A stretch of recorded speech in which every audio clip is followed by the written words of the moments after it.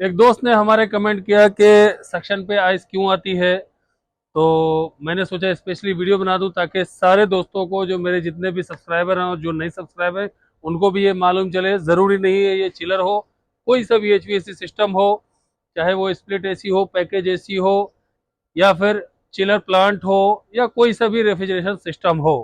ये जो refrigeration line है ये सारे सिस्टमों में यही काम करता है, इसलिए मैं सारे एसीओ का और सारे चिलर प्लांट का, एचवीएसी का नाम इसलिए लेता हूं ताकि सब लोगों को जिनकी भी जरूरत हो उनको समझ में आए। तो मैं आज आप लोगों को बताता हूं कि आइस सक्शन पे क्यों आता है, या लिक्विड लाइन पे क्यों आता है, या कैपिलरी पे या एक्सपेंशन वाल्व पे क्यों आता है।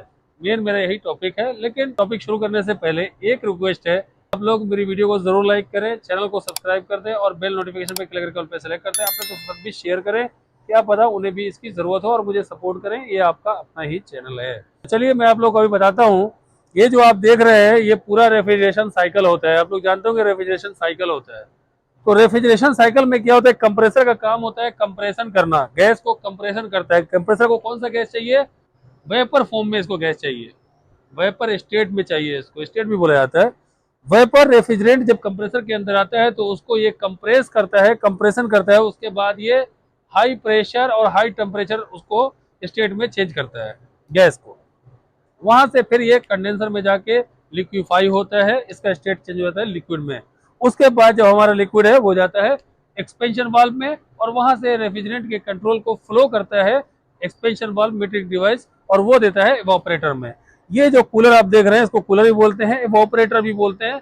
ये इवोपरेटर ही है, लेकिन कई तरह के इसके नाम है। तो ये इवोपरेटर ही है। स्प्लिट एसी का कैसा होगा और पैकेज एसी का कैसा होगा आप लोग जानते होंगे, जो जिस चीज का काम करते होंगे। तो ये इवोपरेटर में गैस एक्सपेंशन वाल्व के थ्रू कंट्रोल होके एंटर करता है, और वहां से ये ठंडा करते हैं। जो लेटेंट हीट इसके ऊपर आता है सेचुरेशन टेम्परेचर के ऊपर, तो क्या होता है वो उसको ठंडा करके जो हमारा एरिया है उसको ठंडा करता है। नहीं तो ये वाटर, इसके अंदर वाटर का सर्कुलेशन हो रहा है तो पानी को ये चिल्ड करेगा, वाटर को कूल करेगा, यहाँ से कूल करेगा, और फिर ये वहां से फिर ये वेपर में चेंज हो जाएगा। लिक्विड से वेपर में चेंज होगा लेटेड हीट जब उसके ऊपर पड़ेगा, तो फिर ये जाएगा कंप्रेसर में। तो इस तरीके से इसकी रेफ्रिजरेशन की साइकिल होती है।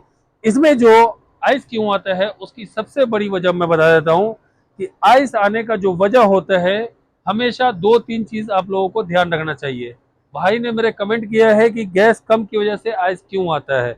ज्यादातर जो होता है वो जो एवोपरेटर में, मतलब सेक्शन से जुड़ा हुआ एरिया है, एवोपरेटर से गैस वापस आती है कंप्रेसर में सेक्शन के थ्रू। तो सेक्शन पे गैस आना मतलब एवोपरेटर में आइस आ रहा है। तो एवोपरेटर में आइस आना ये जरूरी नहीं है गैस कम हो, बहुत कम चांसेस होते हैं कि गैस कम होने पे एवोपरेटर या सेक्शन में आइस आना।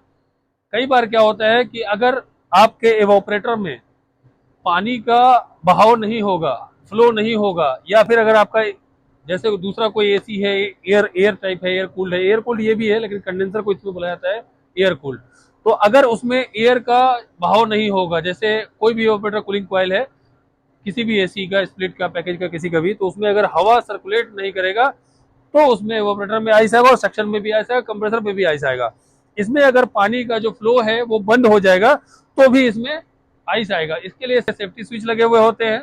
चिलर में अपना है और पैकेज स्प्लिट वगैरह में अपना है। पैकेज में है, स्प्लिट में शायद नहीं होगा। तो सेफ्टी स्विच से वो बंद हो जाता है। एंटी फ्रीजिंग सेंसर भी होता है, उसके थ्रू ये बंद हो जाता है। फ्लो स्विच होता है हमारा, उससे ये बंद हो जाता है पूरा चिलर। सेक्शन में आइस आना मतलब एवोपरेटर या फिर गंदा है, या फिर उस पर हवा का या पानी का बहाव नहीं है।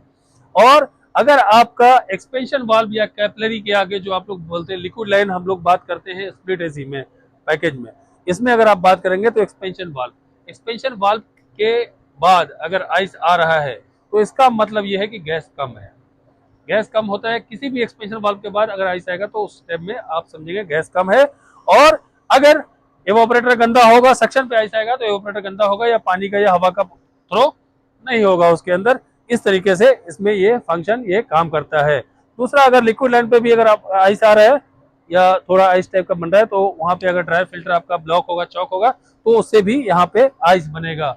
किसी भी जगह से आगे जब गैस गुजरता है, एक्सपेंशन वाल्व, कई बार गैस लीक भी नहीं होगा, एक्सपेंशन वाल्व अगर आपका ब्लॉक होगा तो भी वहां पे आइस आएगा।